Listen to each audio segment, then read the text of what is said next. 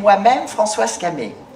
Donc, nous avions décidé en 2017 de créer un prix de la citoyenneté pour permettre, lors de Festival de Cannes, grâce d'ailleurs à l'accueil très bienveillant qui nous a encouragés dans cette voie, qui était celui de Pierre Lescure et de Thierry Frémaux, donc de remettre un prix à un des films de la sélection officielle qui développe les valeurs fondatrices auxquelles nous sommes attachés.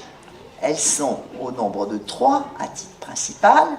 Il s'agit d'avoir une vision humaniste, une vision universaliste et d'être attaché à la notion de laïcité dans la mesure où elle permet après aux croyances de chacun de s'exercer dans le secret, ou pas dans le secret, mais de s'exercer comme il l'entend.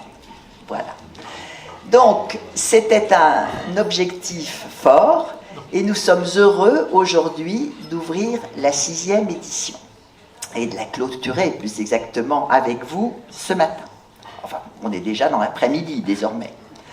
Donc, j'ai déjà signalé que nous avions à remercier tout particulièrement, bien sûr, le festival, mais aujourd'hui sa présidente, donc Iris Knobloch, son délégué général, Thierry Frémaux, que chacun connaît bien, et qui sont aujourd'hui pris par les délibérations et le déjeuner du jury de la sélection officielle.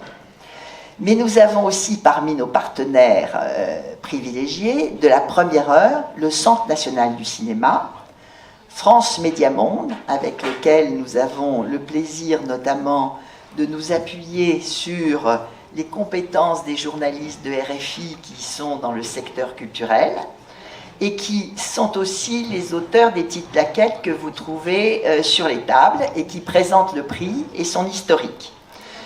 Nous avons aussi, bien sûr, depuis la première heure, noué un partenariat très étroit avec la mairie de Cannes, qui nous a d'ailleurs accueillis le 23 mai dans ses locaux. Et nous avons désormais le grand plaisir d'accueillir aujourd'hui nos partenaires de L'Oréal, avec en présence personnelle de Blanca Giuti, qui est donc directrice générale des relations extérieures et de l'engagement, nouvelle dénomination de cette direction de la communication et des affaires extérieures, mais avec toute une symbolique à laquelle nous sommes particulièrement attachés, nous aussi, et Brune Diric, qui est directrice des relations Médias France. Voilà. Alors, Bianca, voulez-vous peut-être venir dire un petit mot ? Avec plaisir. Merci beaucoup. Je suis vraiment ravie d'être là avec vous. Ces valeurs que vous portez, c'est aussi notre valeur. C'est important dans un monde où on a beaucoup de problèmes, surtout d'intolérance, de trouver dans les arts les personnes qui nous montrent un chemin plus positif et qui puissent nous ouvrir à accepter l'autre et à comprendre l'autre. Et c'est pour ça qu'on tient à cœur ces prix et je remercie beaucoup les jurys pour le travail que vous faites et bien sûr tous les créateurs de cinéma et vous, l'association, parce que dans une année dure, vous continuez avec votre travail merveilleux. Alors merci beaucoup à tous.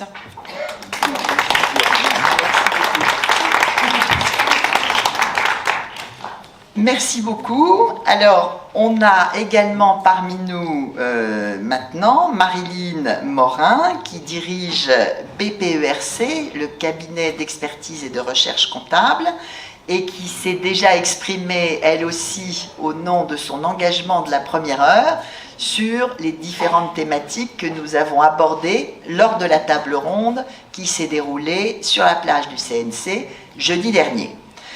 Mais nous avons aussi nos amis d'Unicité avec lesquels il y a un partenariat qui s'est noué il y a maintenant 3 ans, qui s'est élargi à l'échelle nationale. Alors Unicité, pour ceux qui ne connaissent pas très bien cette association, c'est en fait une association qui accueille les jeunes du service civique et qui notamment développe en son sein une activité dans le secteur culturel qui nous tient particulièrement à cœur, puisqu'il y a un programme dénommé ni plus ni moins Cinéma Citoyenneté. Et cette année, pour la première fois, les jeunes d'Unicité, qui sont au nombre de 1500 dans 52 implantations territoriales en France, ont pour mission de développer l'amour du cinéma, et notamment les ciné-clubs, soit au sein des établissements scolaires, dans les collèges et lycées, mais aussi dans les salles de cinéma qui accueillent justement les jeunes et qui peuvent proposer des films qui les intéressent plus particulièrement.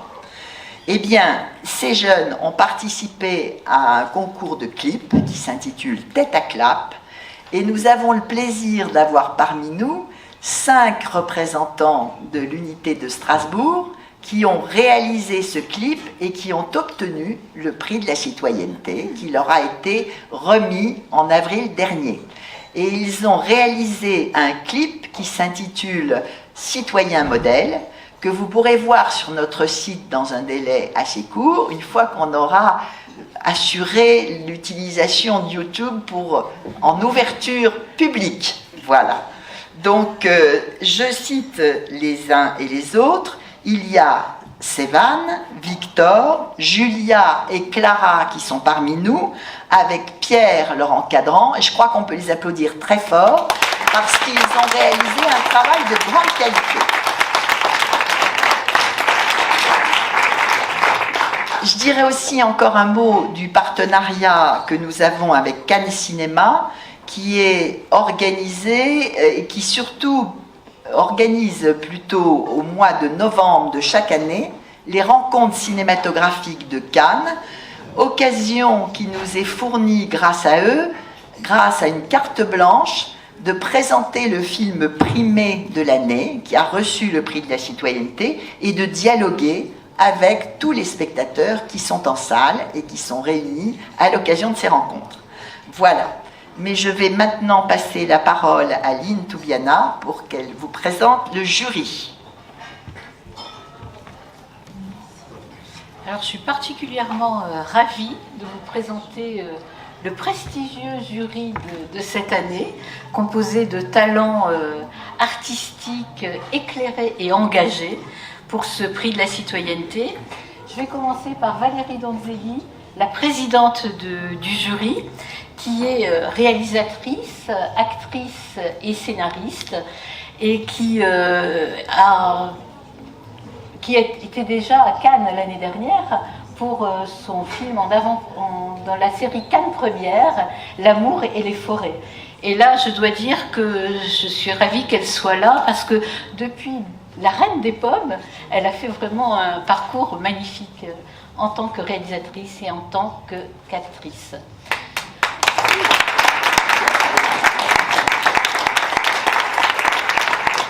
Alors, je voudrais présenter également Isabelle Chenu, qui est journaliste et chef du service culture du RFI.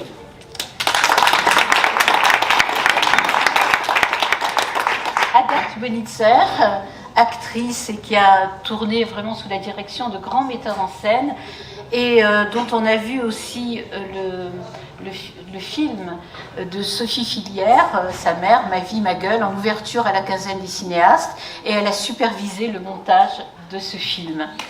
Il y a eu le prix de la SACD. Bravo. Et Agathe est également, je crois, chaque année membre du jury du prix Jean Vigo. Oui. Oui. Bien. Alors, je vais passer à Klaus Drexel. Klaus Drexel, qui est réalisateur, producteur, il a plusieurs casquettes, metteur en scène, alors de films de fiction et de documentaire, et qui a été vraiment particulièrement mise en lumière par son documentaire Au bord du monde, qui date de 2013. Voilà. Et qui a été d'ailleurs nommé, qui a remporté plusieurs prix. Et puis aussi son dernier documentaire, Les Vieux, qu'on peut d'ailleurs voir encore en salle, qui est sorti tout à fait récemment et qui est remarquable.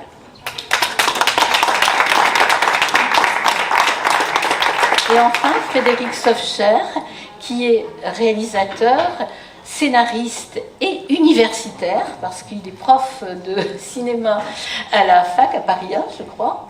Et voilà, et j'avais vu son film Le cours de la vie avec Agnès Jaoui, qui date d'il y a un an exactement, et qui était un film magnifique, un film d'amour, de cinéma et plein d'humanité. Et ce qui m'a conduit à lui proposer justement de faire partie de ce jury.